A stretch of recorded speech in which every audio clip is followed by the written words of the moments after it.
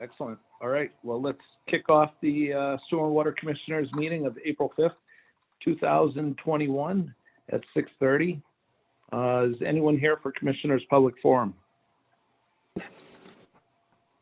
Hearing no one. Moving on. Paul, what do we have for minutes of the Water and Sewer Yeah, meeting? good evening. I'd like to make a motion to approve the minutes of March 1st, 2021, which was our last meeting, as written. Do we have a second? I'll second. Mr. Cantwell, second. Any discussion? Hearing none. A roll call vote. Mr. Ridlack, Aye. Mr. Gagner, Aye. Mr. Cantwell, Aye. and Mr. Jennings. Aye. All right, Paul, what about warrants? What do you have for us this evening? Quite a few of them. First of all, we have commissioners. I'd like to make a motion to approve the following warrants. First, we have commissioner salaries, $300. And then we have Veolia for the February 2021 services, $39,096.64. Then we have Franklin Electric for grinder pump parts, $263.17. And then Mass Waterworks Association for a meeting March 18th, $50. And then Dudley Charlton Regional School District for copy paper, $23.75. And the Boston Globe for the processing of our February 2021 billing, $373.15. Next, we have Osterman Propane for delivery March 10th of $1,743.07. And in Veolia for January 2021 MTA lab testing, $184. And Charlton Oil for Vine Street labor, $165. And Charlton Oil for Vine Street fuel, $241.62. Next, we have Toshiba for quarterly copier billing, $26.85. And WB Mason for office supplies, $13.39.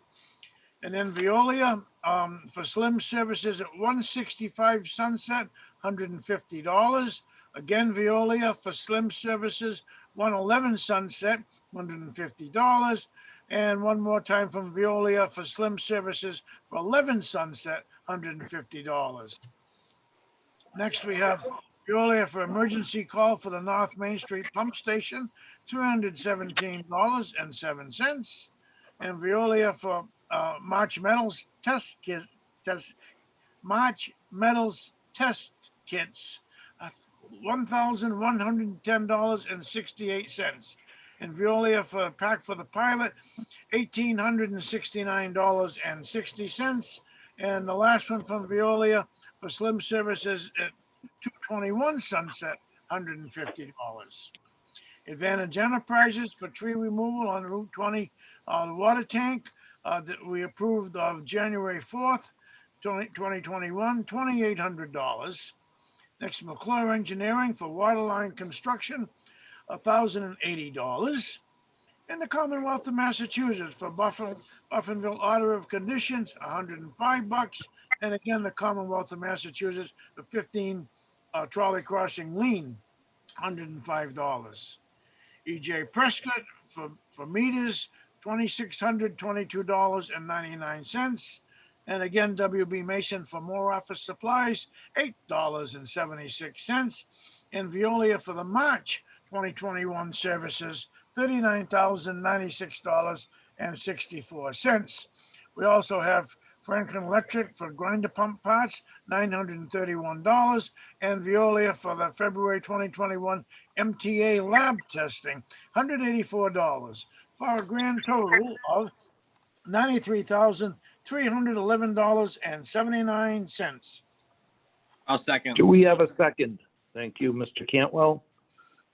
Any discussion?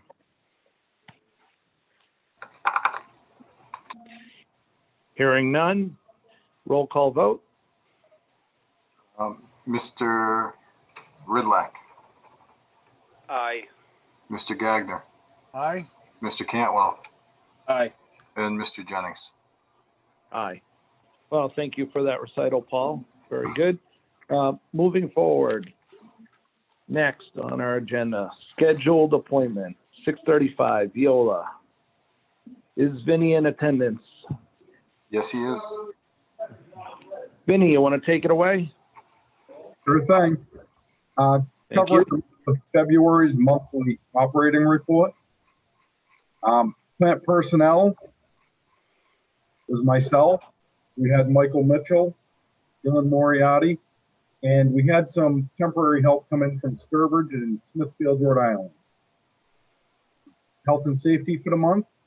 All the safety checklists were completed. We followed the COVID-19 protocols. As part of Veolia's safety program, we're required to do 2 per quarter corrective actions. And this quarter, one of the ones we picked was ladder storage. Typically, we lean the ladders up against the wall, and they've been safe for a long time, but they could tip over. So we made a nice spot and secured them to a wall with some bungee cords and hooks. So now they just can't tip over if someone bumps into it. Training for February was on lockout tagout. It was hosted on JJ Keller. All the affected employees completed the training. Compliance for the month of February, we exceeded aluminum. We got a reported result of 170 parts per billion, and the limit is 93. So that's a pretty tough limit to make. We've been having a hard time with it all along, and it's kind of covered in the new administrative order that comes out. February was the first quarter of toxicity testing, and the plant passed it with no problems, so that's a big one. Operations and maintenance activities. We trained a few different people in the month of February, 2 guys from Sturbridge and 1 from Smithfield. So all 3 of them were capable of running the plant without question by the end of the month. We emptied the ferric tank in the month of February. And the way we emptied it is we used a dosing pump, and we actually fed it at a controlled dose back to the beginning of the plant. And while we were doing this, we noticed the turbidity, and that's the clarity of the water, got really good. And we use a meter to measure that consistent all day. It's measured. It grabs a reading every 90 seconds. And typically the plant has a turbidity of 0.450. And when we were feeding that ferric back in, we were seeing consistent readings of 0.300. So it was a lot clearer than a typical effluent.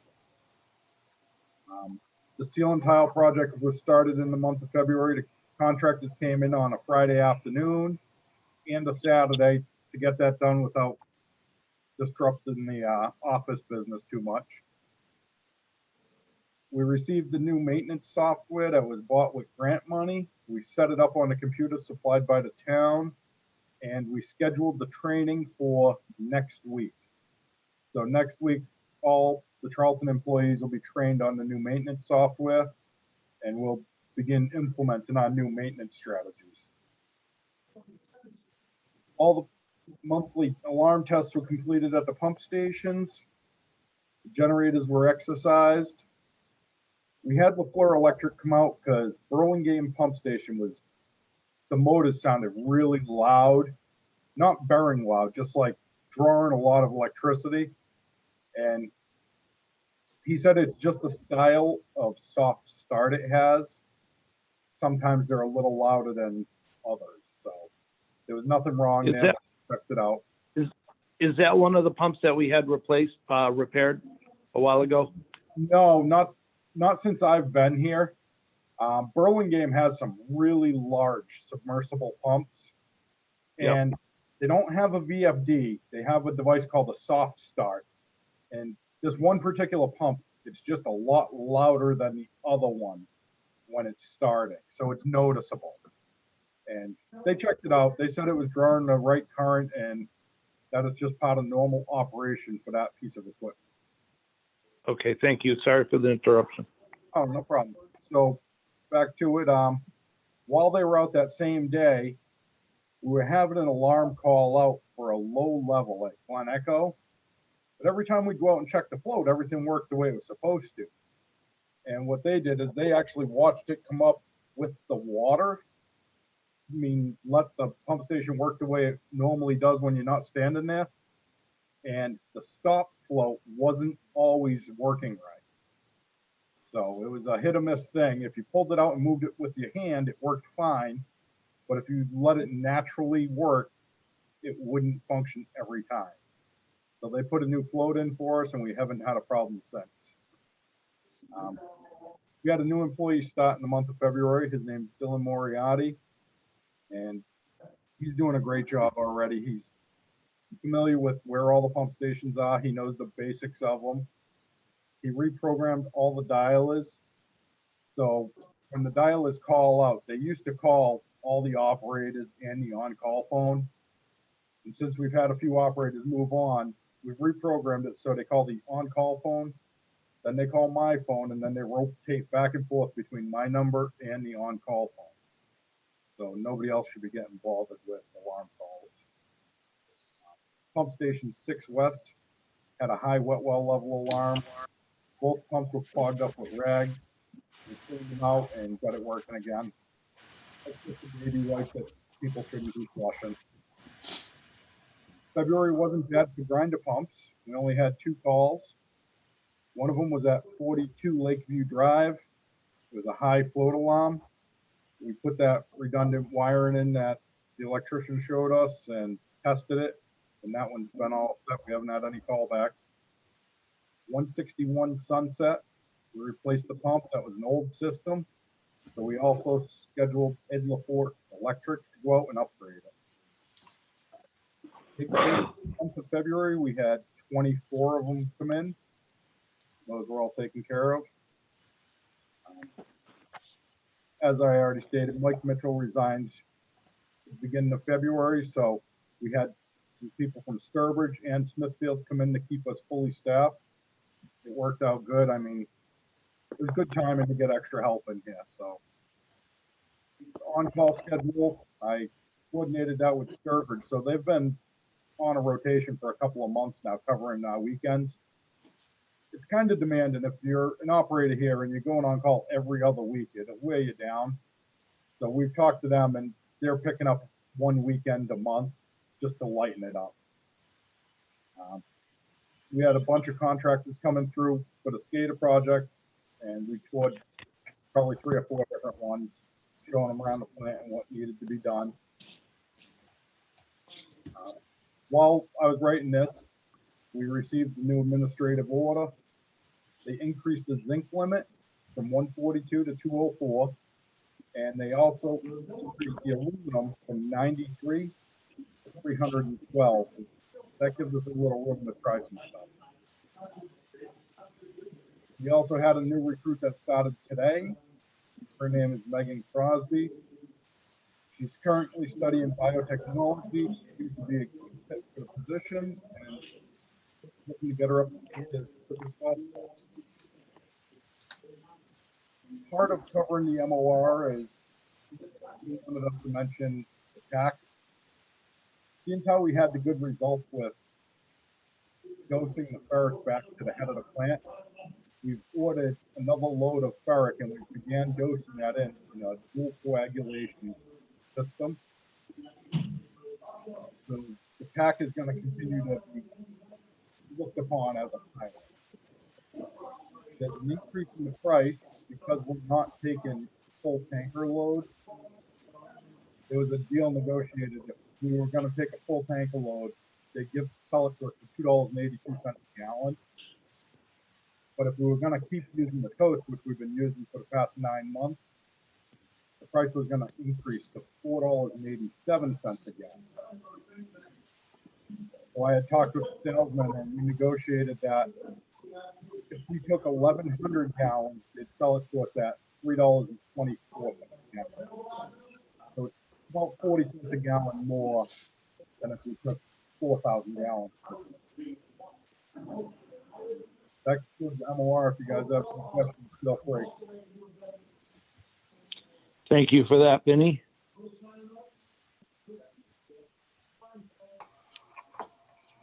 Does anyone have any questions for Vinnie?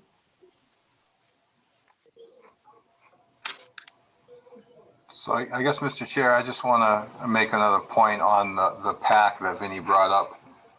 That was temporarily approved by the commission when we started the zinc pilot study to authorize Veolia to start using PAC as part of the treatment process.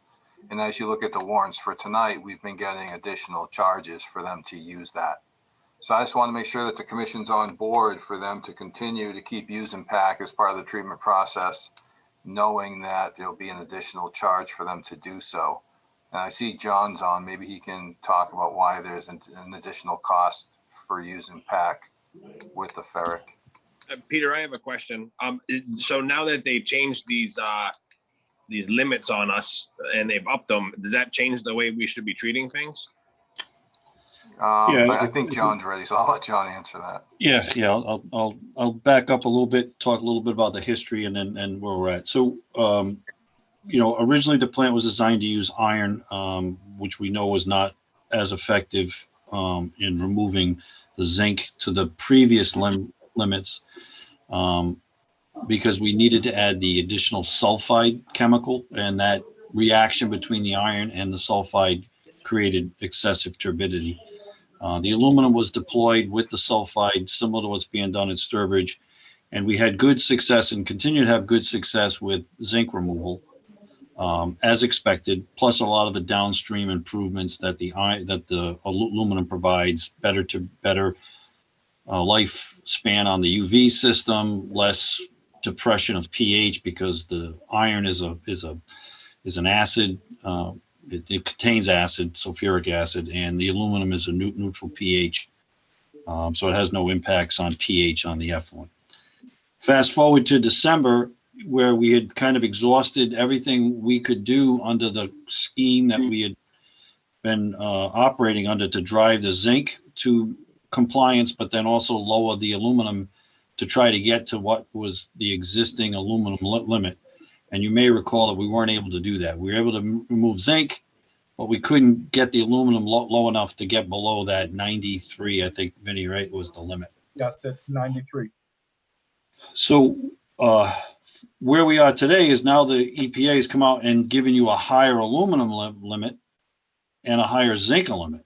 So I think what that tells us is that we're going likely to be able to achieve both zinc and aluminum under the existing scheme. And now, as Vinnie described, we've discovered that by adding iron up front, we're able to lower our aluminum dose even further. So I think the short answer is you're going to continue to need a coagulant at the COMAG system that effectively removes not only the phosphorus, but the zinc. But I think what adding the ferric now does, as well as the new limits that the EPA has provided in the administrative order, will allow us to drive the total volume of chemicals down. So what Vinnie was describing is that's where we are today. We're currently driving all of the chemicals to the lowest dose possible to achieve compliance with zinc and aluminum in the effluent. And that has been happening for roughly, 3 weeks, Vinnie? Almost? Yeah, about 3 weeks ago, we started turning down the PAC, and we had turned the sulfide off for a week. We did some grab sampling to see what kind of results we could get. And they were pretty positive, Peter. You know, what we will be able to do is probably by next month's meeting, give you, the administrative order requires a report anyway, but we're building basically a detailed report on where we ended in December and where we are today. But I think what we're finding, or at least we're encouraged by, is we may be able to eliminate the sulfide altogether. Right now, we're at a 2 ppmv, down from a 3 ppmv, and the grab sampling that Vinnie's been doing has shown still very, very effective zinc removal at that ppmv. And again, the reason, in December, we were convinced that the new process could remove zinc, but not get the aluminum low enough to meet compliance. But now EPA is giving you higher limits for aluminum. which I think we feel very confident you're going to be able to meet.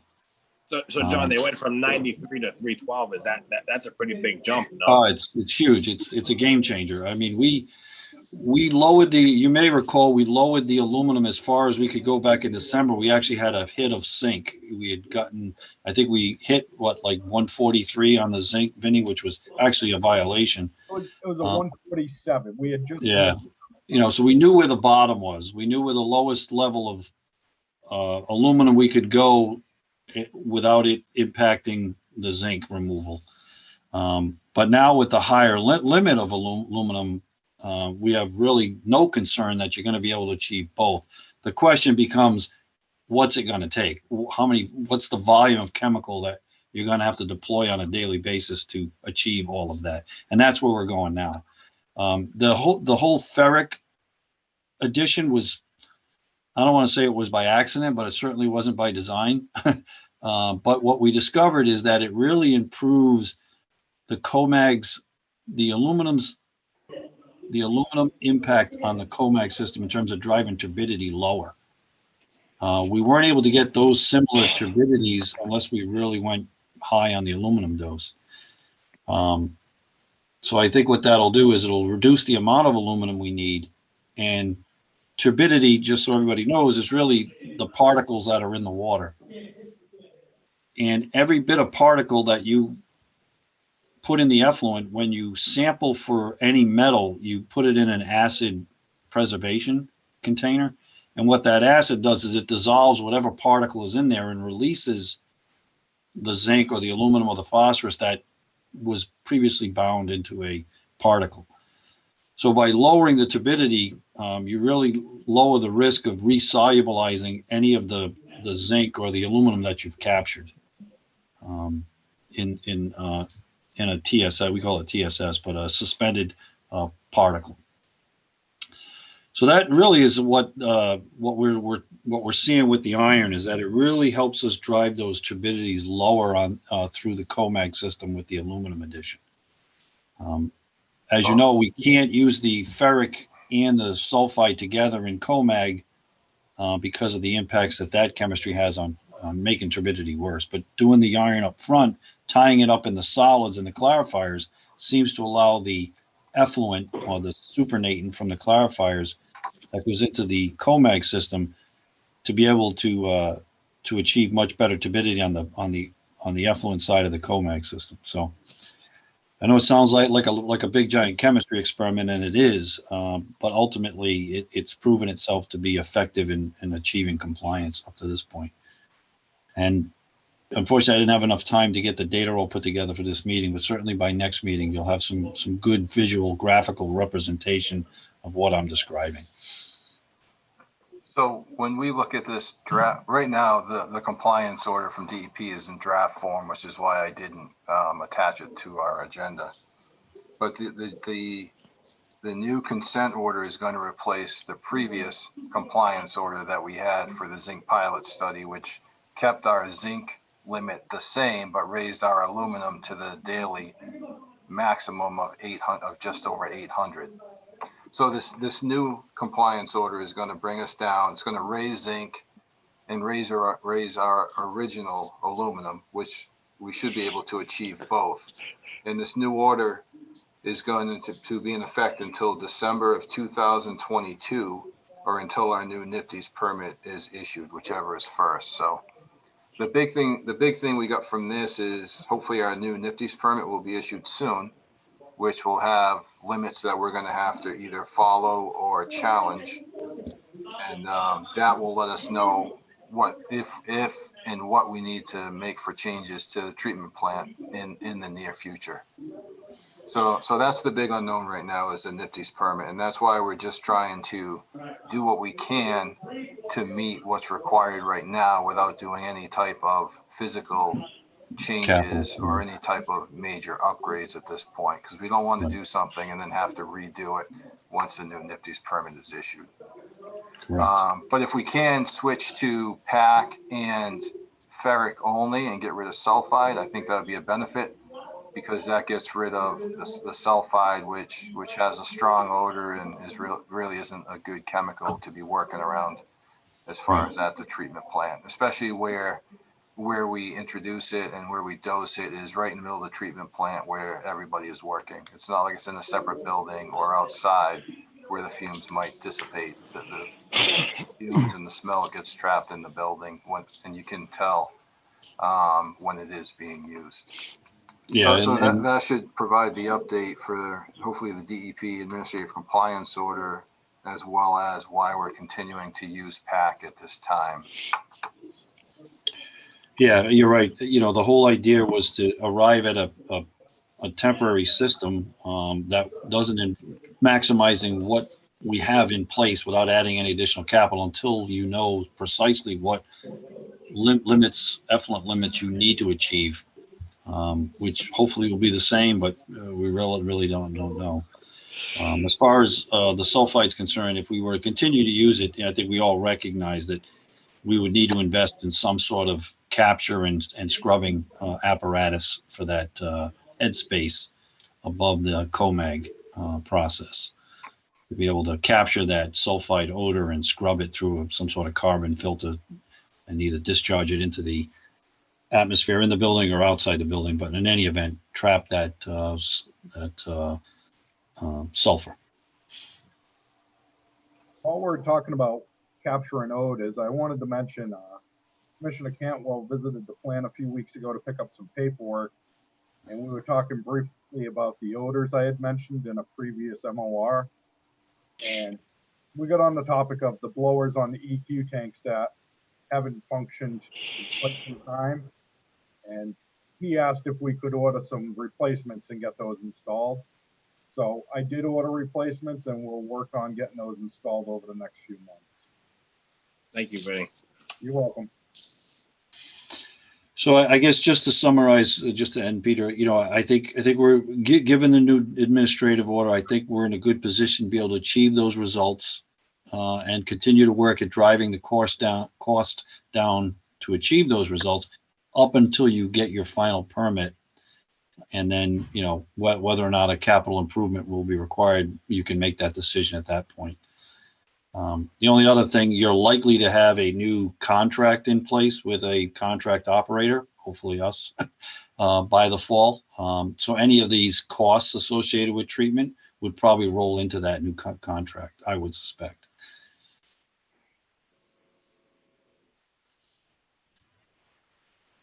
Well, thank you for the update on that, John. And does anyone have any other questions on this? All right, hearing none, do we want to go right into award SCADA requests for proposals, Peter? Yes, so I'll just give you a quick overview over about the process that we took. I worked with the town administrator to put together a request for proposal, and part of that request was for the vendors to provide a technical proposal that would be open first and ranked, and then a price proposal that would be open second. During the RFP process, we had 3 different vendors visit the treatment plant, as Vinny mentioned. One was Woodard and Curran, one was HPI Energy Services, and the third was actually just a software vendor who was trying to sell us on his SCADA software. So we received 4 proposals from vendors, one from Woodard and Curran, one from HPI Energy Services, one from SOAP Engineering, and one from TACNEC. I sat down with Vinny and John first, and we kind of reviewed through the 4 proposals, and then I went and met with the town administrator. So the town administrator and myself ranked the technical proposals separately and pretty much came up with the same ranking as far as our number 1, which was Woodard and Curran. Second, between both of us, came out to be HPI Energy Services. Third was SOAP Engineering, and last was TACNEC. After we ranked these, we then opened the price proposals. So Woodard and Curran got bumped up to first place with a total proposal with both bid alternates of $201,140. HPI Services, who was our second top ranked proposal, came in at $294,032. Soap Engineering was the lowest bidder, but they ranked third on the technical proposals, and they didn't come and see the plant. Their bid proposal for everything was $197,063. And Tacnic, who was in fourth place, came in at $209,000 and change. So based on these results, the town administrator and myself would recommend that you award the RFP to Woodard and Curran for the base cost plus both bid alternates of $201,140. We do have $200,000 budgeted for this project. So the remaining amount, if we wanted to move forward with both bid alternates, if we couldn't find some savings during the project to make up that difference, could come from our maintenance and equipment line item. And we also have Rob Leard here from Woodard and Curran, who I believe will be the project manager for the project. If you would like to have him give you a little overview of Woodard and Curran and their SCADA experience and maybe answer any questions. Or if you have any questions for me first about the process, so we can stay there and then open it up to Mr. Leard if you like. Woodward and Curran has experience with our plant, correct? Yes, they operated the plant prior to Veolia coming in 2017. I believe for maybe 6 to 8 years. I'm not sure of the exact time frame, maybe longer. Did you Are work there with any them, Peter? legacy?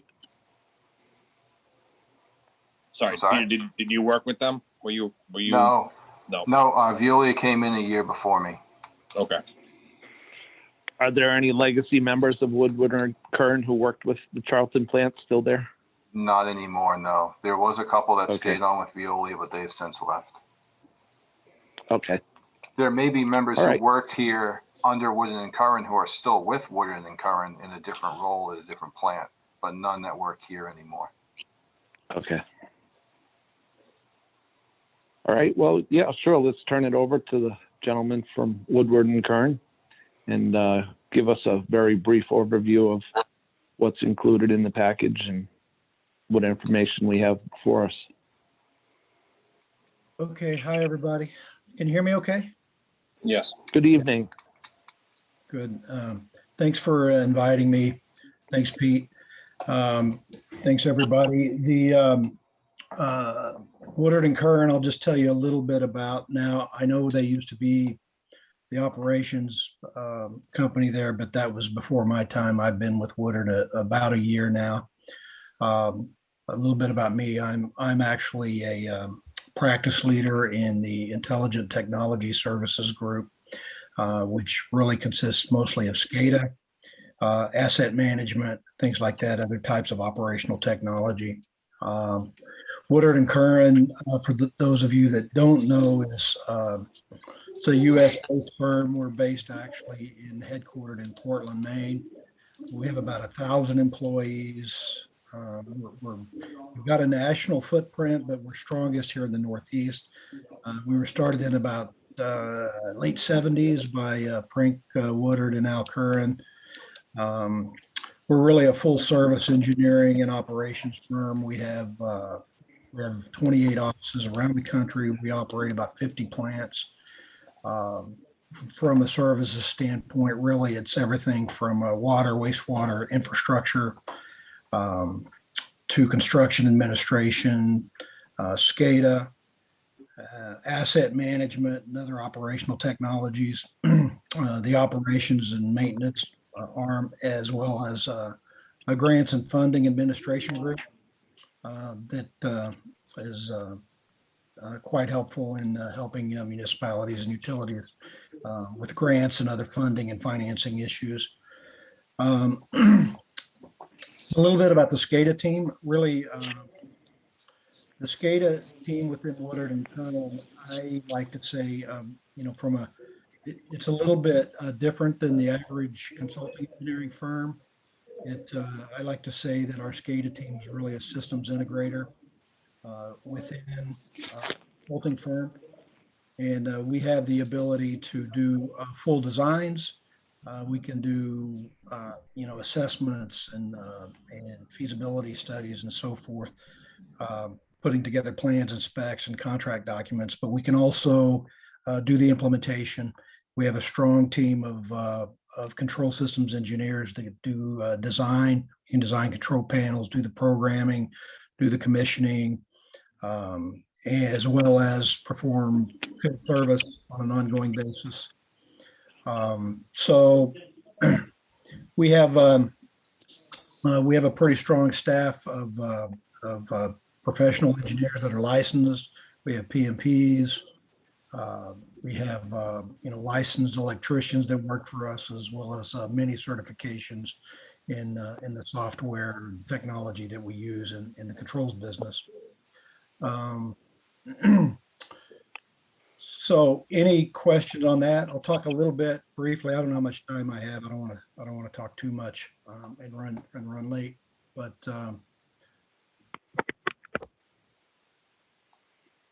if we talk a little bit about the project, our understanding, based on the RFP and then our visits, with Pete and Vinny and the team there. Also, just FYI, we're partnering with LaFleur Electric on this project. And, they do work there, so they're familiar with the project. So they will be a sub-consultant, a subcontractor to us on this. Rob, can you just give us a quick overview about the scope and what your time frame might be to start the project and get it done? Yeah, I can, briefly on the scope. I mean, if it follows the RFP, we're going to upgrade the computer system, the SCADA computer. It'll have factory talk by Rockwell and the Win 911 alarming and remote alarming via the GrandStream modem. So we'll replicate the screens that you have and probably update those, to include things that we're bringing into the system that aren't there now, as far as on the HMI. We're going to upgrade the PLCs in MCC1 and MCC2. We know how we'd like to do that once we get into this, and we may find a better way to do it. One of the things we will do is do it in such a way that we minimize downtime. And there are some space considerations, but essentially, if you look at MCC1 and MCC2, they've got older technology, SLC 500 controllers in there, and they've got, some of that is embedded. The 120 controls is embedded with the 480 controls, and we want to segregate that as much as possible. And some of it may not be possible. We're gonna work toward that. We also recommend changing out that panel view.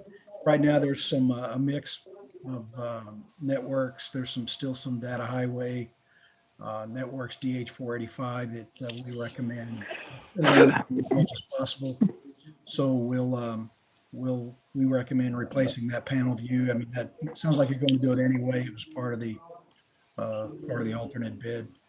There's also the piece of relocating some of the Hawk equipment. So we'll be doing that as well.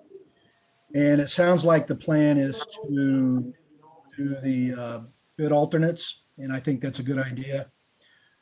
So in the HeadWorks panel, we will take out the PLC that's in there. It's a Direct Logix PLC. We'll replace that with a Compact Logix PLC, and that'll be a brain transplant, basically, where we'll just take that one out and put the new one in using existing wiring.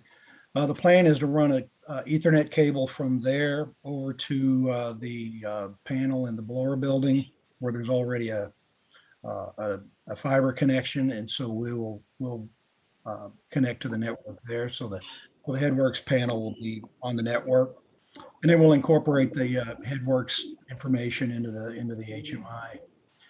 HMI.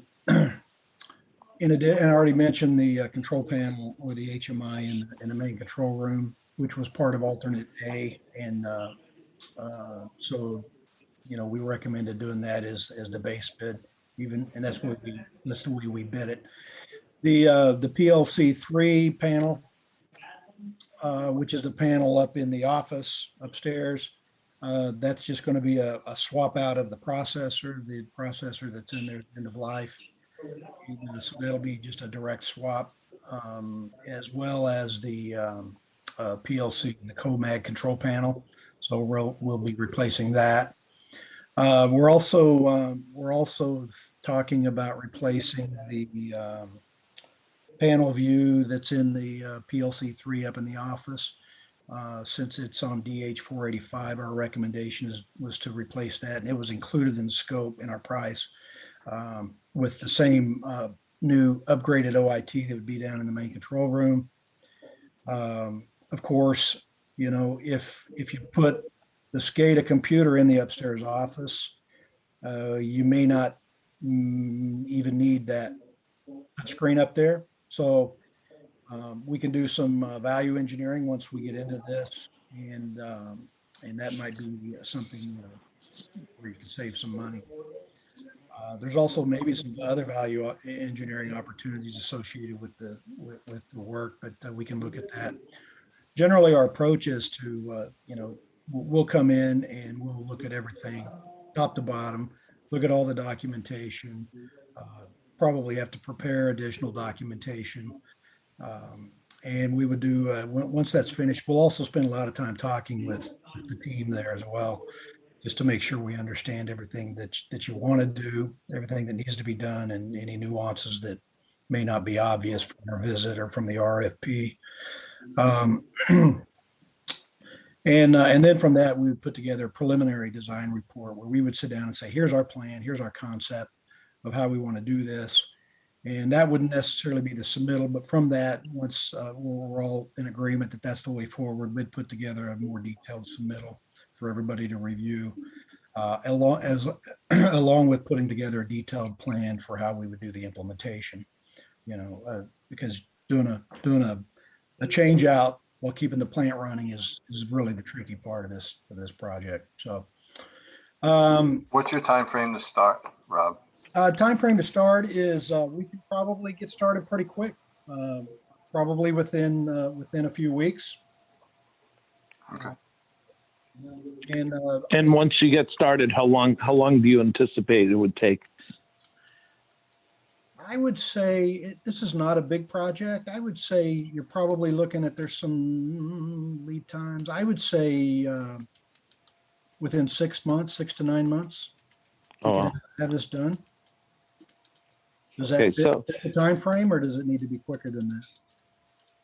I mean, I think the time is the time, just more of a curiosity question. It is Yeah. a priority because if that PLC goes down again, we lose all control of the plant. So right. it is definitely a priority for us to get done. So the sooner we can get going, the better, which is a good thing. I understand the process is going to take time to work through and for you to get a good grasp of what's there, and then to design the systems and then to actually do the work. So Yeah. I think hopefully your 6 to 9 months is conservative.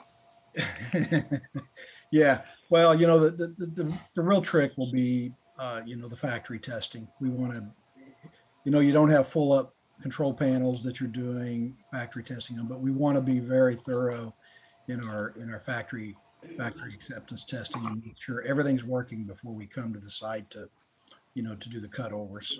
Because once you get it cut over, you really want to, that's not the time to be troubleshooting issues. So now, Mr. Chair, I think we have a solid proposal from Woodard and Curran. The price seems to work.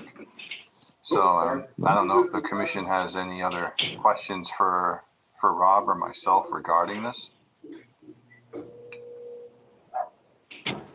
I personally don't, but would anyone else have any questions at this time? I don't. I'd like to make a motion. I mean, I'm assuming you need a motion for this, Peter? Yeah, so if I could get a motion to approve the RFP with Woodard and Curran, I will work with the town administrator, and there was a draft agreement in the RFP. The town administrator will get that done and out to Woodard and Curran to get that executed. And once that's done, I believe Mr. Leard can get going and get working on the project. All right, well, I'd like to make a motion as Peter just stated. Do we have a second? I'll second it. Very good. Any further discussion? Hearing none, let's go to a roll call vote.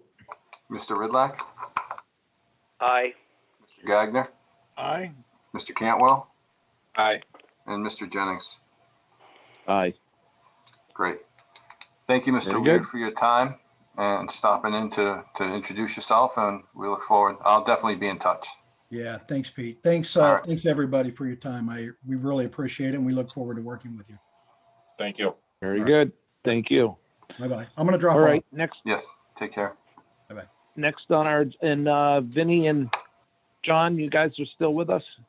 Yes, just for the next I'm item. here. Yep. Okay, perfect. All right, so now we have Albanese Brothers. Yeah, so with us on the call from Veolia, you have John Oatley, Vinnie Masterson, and Paul Rodman. From Kleinfelder, you have Tyson Ross and Tim Baril. And then from Albanese Brothers, you have Marcella Albanese and Matt Magliozzi. And Chris McClure is also on the call. Welcome all. Yes, so we have a full screen for once. So Albanese is at our meeting tonight to discuss the water line work that was done on Old Worcester Road. At your last meeting, Paul Rodman from Veolia gave us an update regarding the sewer line I&I work that was done on Old Worcester Road. He informed me that there was quite amount of debris in the sewer lines that they found during the cleaning process.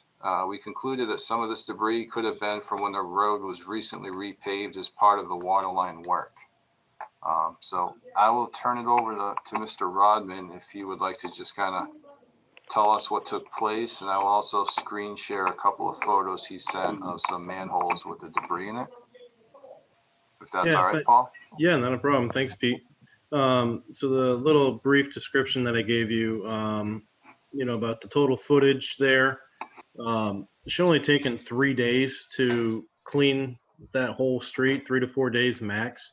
And it ended up taking us 10 days because every manhole that we went to, we found that the lines were about 80% full of gravel, asphalt, rocks, debris, sediment throughout the entire length from start to finish of Old Worcester Road. And it really slowed down production, which we ended up incurring, a decent amount of police details and extra labor charges.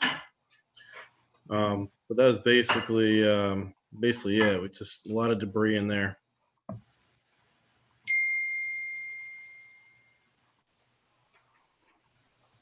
So would anyone from Albanese Brothers care to address the issue as stated by Viola?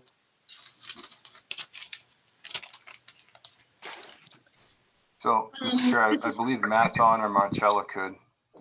Yeah, All well, right. we haven't seen, if you guys have footage of the materials, we'd like to see it first of all.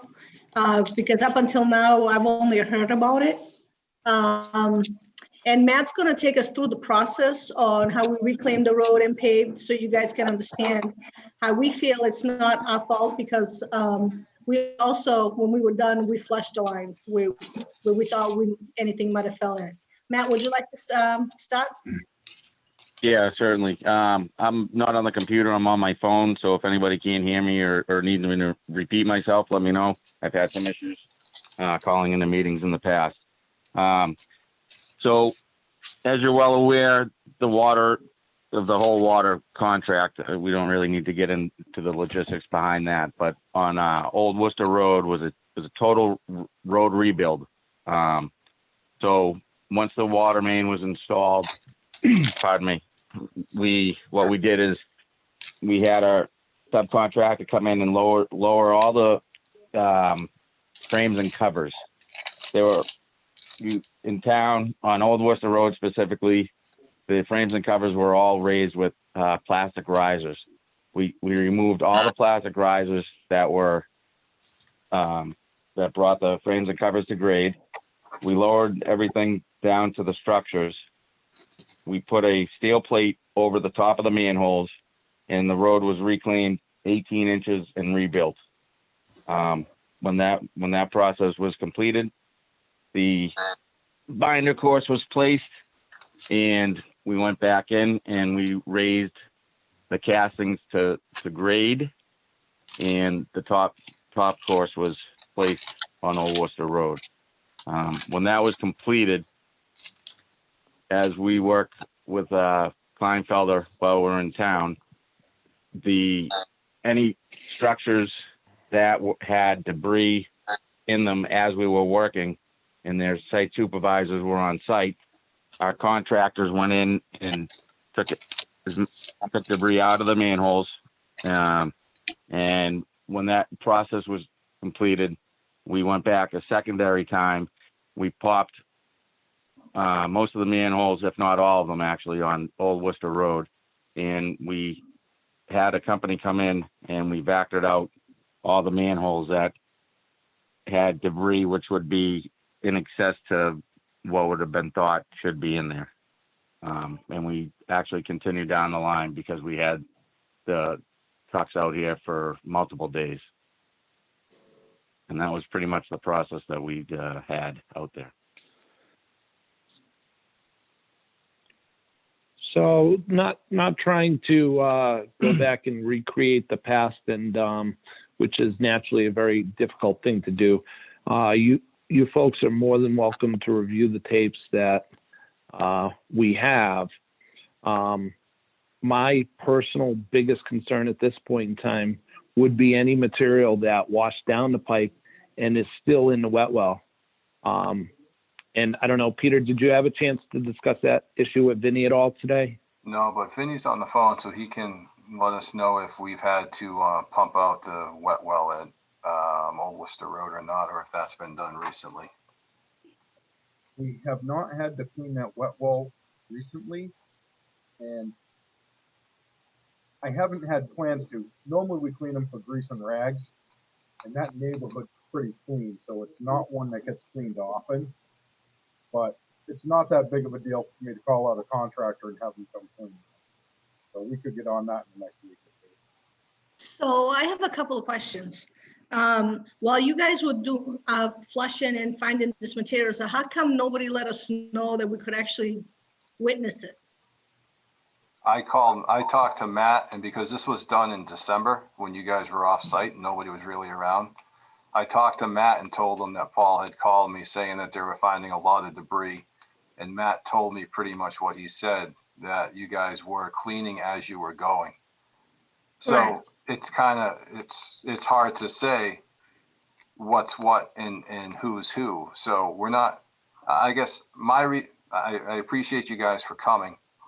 And again, I know I talked to Matt when Paul brought this up to me and he gave me the same answer. So when Paul presented it to the Water Sewer Commission last meeting and we talked about some of the issues they faced, the commission had the same questions. So I mentioned it to Tyson as far through Kleinfelder, and we mentioned it at one of our water service meetings. And this seemed like the next logical step to get all the parties in the same room to see what happened. So the concern for me, my main concern is there's debris in the line. Where it came from, whose fault it is, I don't know, and we never will know. But if it was happened from the paving process, which it must have either been from one, maybe the plastic risers previously were failing and debris was falling in slowly and clogging the lines. And when Which, if that's the case, that's not our fault. and we're not saying it is. Yeah. All I'm trying to do is, if that was the case, or if it wasn't, I need to know. So the next time a road gets paved that has these structures, we need to know what's there beforehand to make sure that this doesn't happen as part of the paving process. That's true. Yep, that's good thinking ahead. That's my concern. And granted, I don't want to start pointing fingers. I don't want to start saying this was you, this was them. But all I know is right now, the lines have been cleaned. Old Worcester Road, according after talking to Paul, is the only line that had this type of debris in it. Morton Station Road did not, Muggett Hill Road did not, North Main Street did not.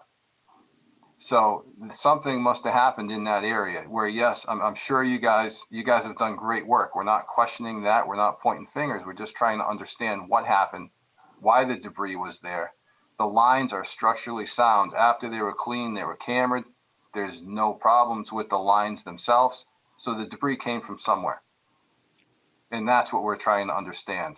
not to point fingers, but just to make sure it doesn't happen again. Oh, I Mostly. understand, because we're perplexed too, because we really we went above and beyond and took extra steps to make sure that we didn't leave debris in the line. So we're also surprised that this is happening. So we'd like to know where that came from too. So Peter, I know when we pulled off those plastic rings, and I think I told this before as well too, those are supposed to be epoxied together when they are installed. And none of those were epoxied together, so they didn't get properly installed originally. And I can also say, I know Frank, the other RE that was out here with me, went with one of Albanese's foremen one by one, looking through all those manholes to see which ones we did need to back out. But I think just for future reference too, off of it, kind of what you were hitting on there, is if you do have a contractor that wants to use those, you need to make sure they do use epoxy on them, so that way they're sealed. Thank you for bringing that up, Tim. That is a very good point. And you could probably talk to somebody who sells those kind of rings, so that way you can get an idea what happens when they're not epoxied, so you know what to expect. Hey, Pete, just out of curiosity, this is John, because we found a fair amount of actual asphalt, which, you know, wouldn't probably pass through a gap in a ring, perhaps. What was the observation of the road prior to the resurfacing? Was there a lot of missing asphalt on the road? Do we know the condition of the road prior? Sure, there was, again, that road was over 20 years old, so it was broken, cracked in places, and there were patches all over. There were patches around probably most of the manholes. Some of the manholes were paved over. So again, the road was not pristine to begin with. Okay. So that sewer line was put in back in 99, 2000. Part of that process, again, it was reclaimed and paved, and it's been there for the last 20 years per se. So, I mean, the good thing is, and I think it was a surprise both to Paul and I, that we didn't have an SSO as a result, because that line was pretty clogged. So, right. you know, I know the contractor, you know, flushed it from what I understand. But, you know, obviously that there wasn't much pipe opening to run water through to begin with. So we're all fortunate that we didn't have a sanitary sewer overflow. Right, Paul? I mean, you were surprised that it actually was able to flow water through it, right? Right. It was about 80% full when we cambered it originally. And we did have a couple instances, you know, where we had some lateral backups from cleaning it because there was so much debris just bouncing off the pressure of the jet head. But no SSOs, thank goodness. So But it's clean now. It's clean and it's cambered now, right? So we know we have a good starting position. Point. Correct. Yep. That pipe is fully cleaned, 100% inspected and structurally sound. Matt, when you were Tim, when you guys were vacuuming out the manholes, did you guys jet the lines at all, or you just went through and vacked out what you could see? We just backed out what we could see. We didn't jet them. Was anything? We had a couple large, maybe a couple of bricks and stuff that fell down off of them when they were jackhammering those parts out.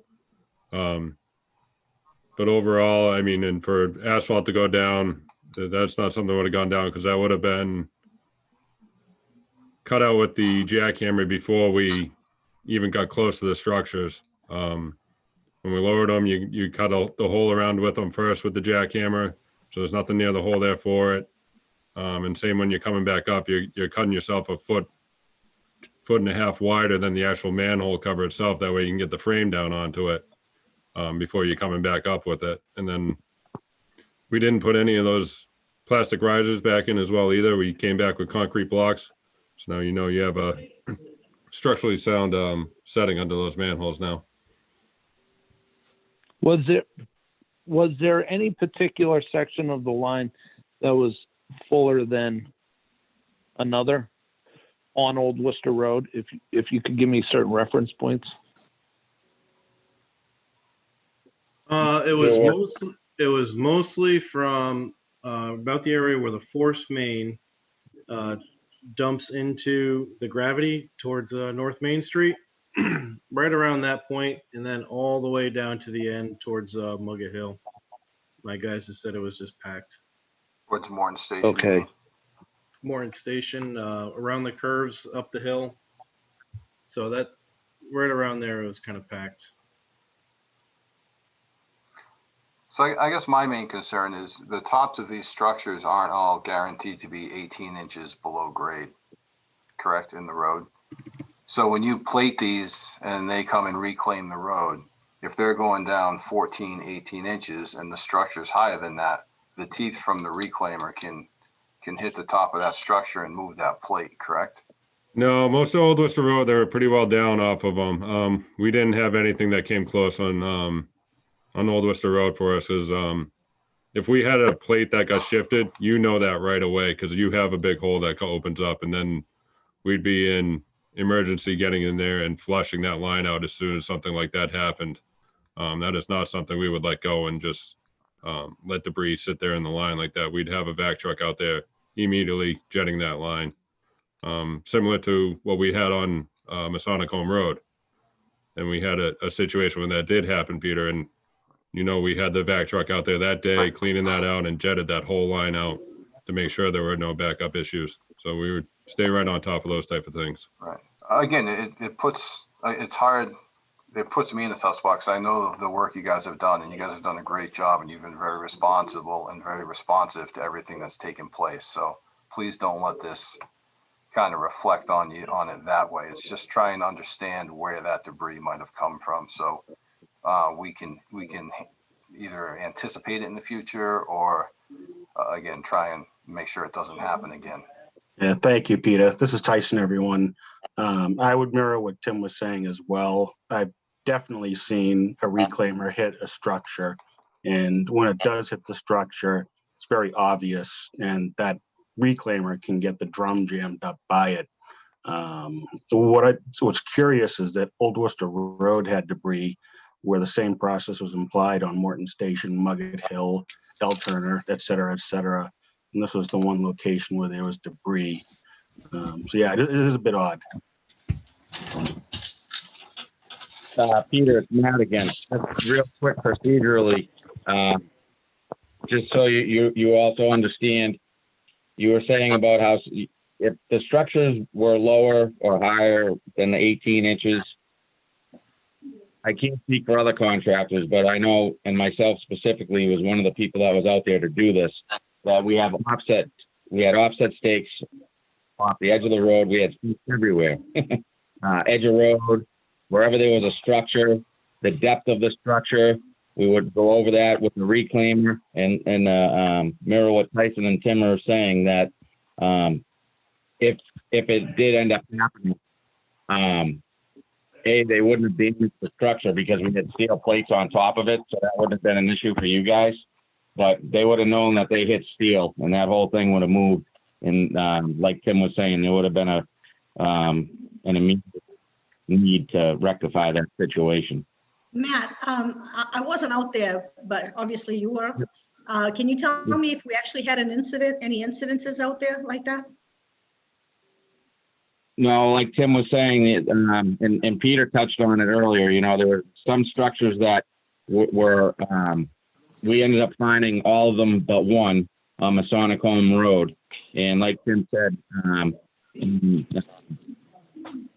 Otto was out here, one of the owners of the company, and my supervisor was out here as well. And he had immediately called and had a vac truck come in, take care of that, and then we had the lines jet all the way down. Basically, we had one incident.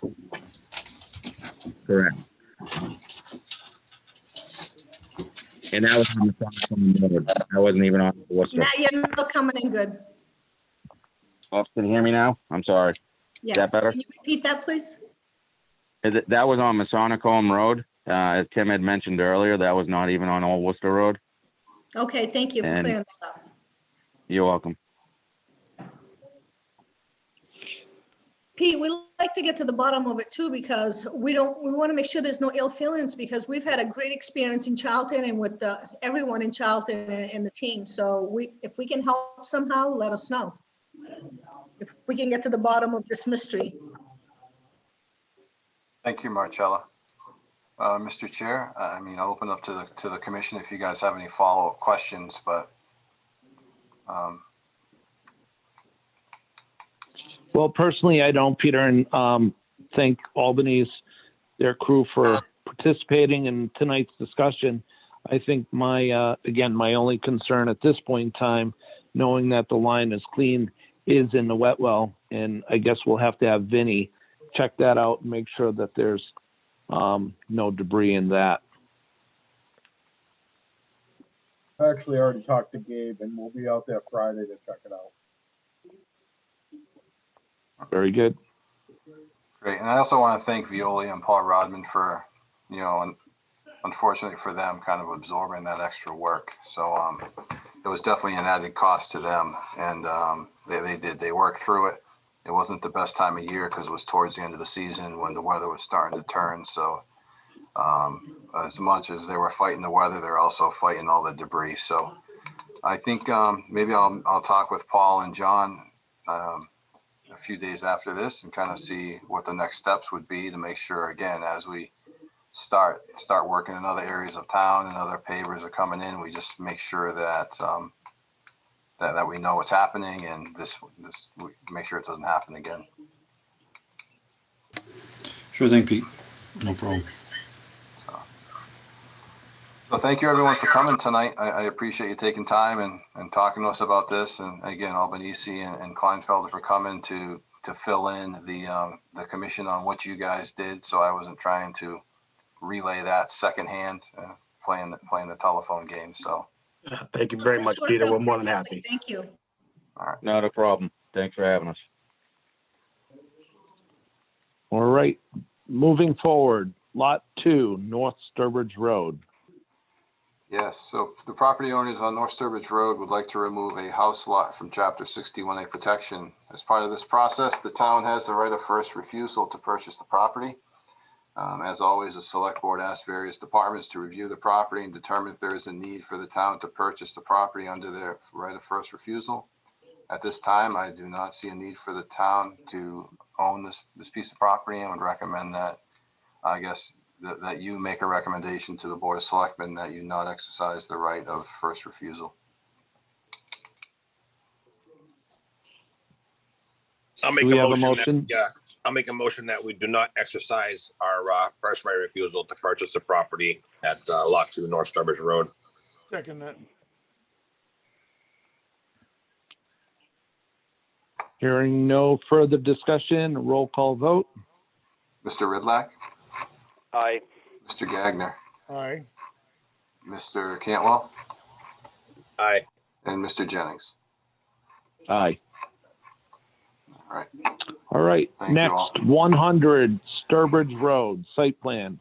Yes, so 100 Sturbridge Road, Route 20. Mr. Nichols is proposing a new commercial building on the property. The property abuts both water and sewer lines in Route 20.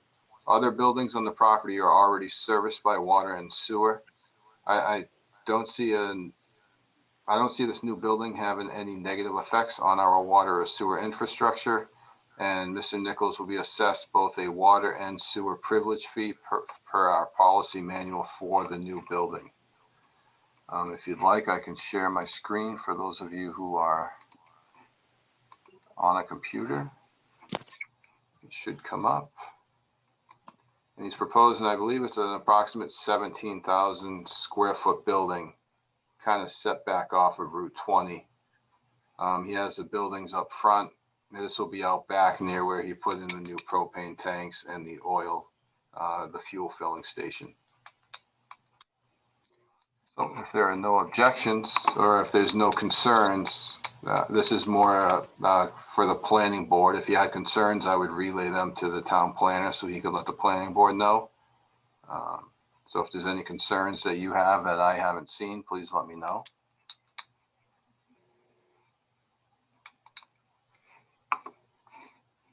You know what the use for that building is, Peter? Just a garage? I don't know if it's going to be more. Yes, I believe his intention now is he wants to move his oil company from Route 169 into this building. Gotcha. So it'll probably be a little bit of office space and then storage for all of his vehicles. Gotcha. You don't need a motion or anything for this, do you? Only if you have some concerns you'd like me to share. If there are no concerns, no, I don't need a motion.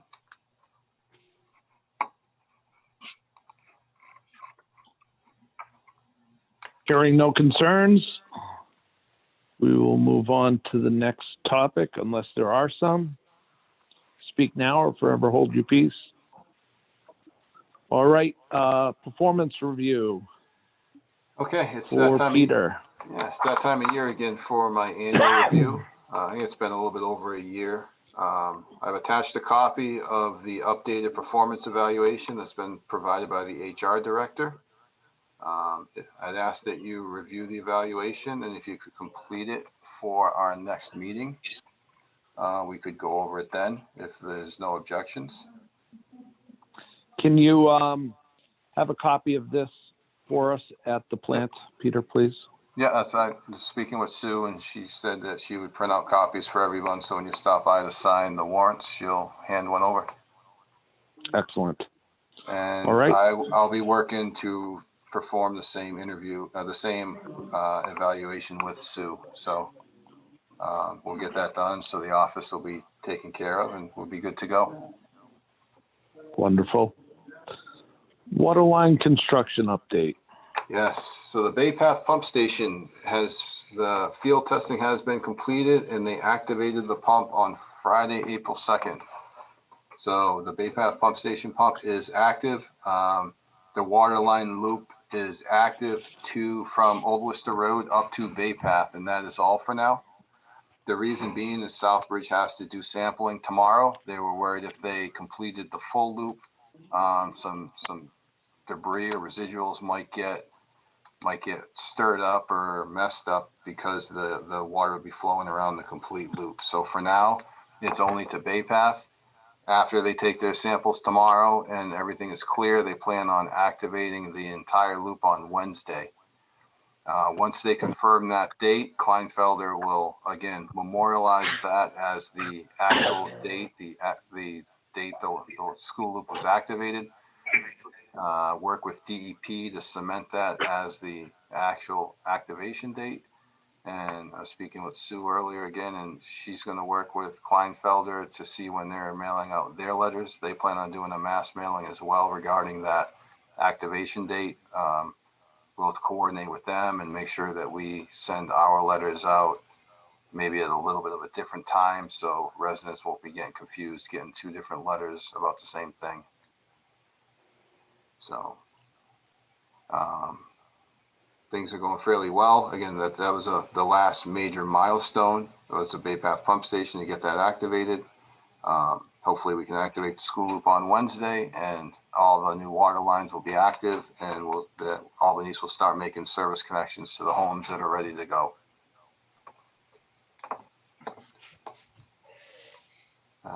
So again, pretty much following up, the water line is done, and the service connections, there have been some new service connections installed. The actual connections in the home will take place now moving forward that the Bay Path pump station is active. So if there's any questions on that. I personally do not. Okay. All right, any other new business not known at the time of posting? Just have to discuss when your next meeting will be. Over the winter, we've been doing once a month, the first Monday of the month. Seems to be working so far. I don't think other than having a larger warrant to approve, I don't think we're missing out on any business that needs to be done. So if you guys like the schedule, we continue to keep it the first Monday of the month. So your next meeting will be Monday, May 3rd, which will be the Monday after Election Day. You guys in May. Well, I'm good with that if everyone else is. Clearly, Mr. Cantwell is. And I guess the only thing left is motion to adjourn. I'll make a motion to adjourn. I'll second that. All right. How about a roll call vote? Mr. Ridlack, Aye. Mr. Gagner, Aye.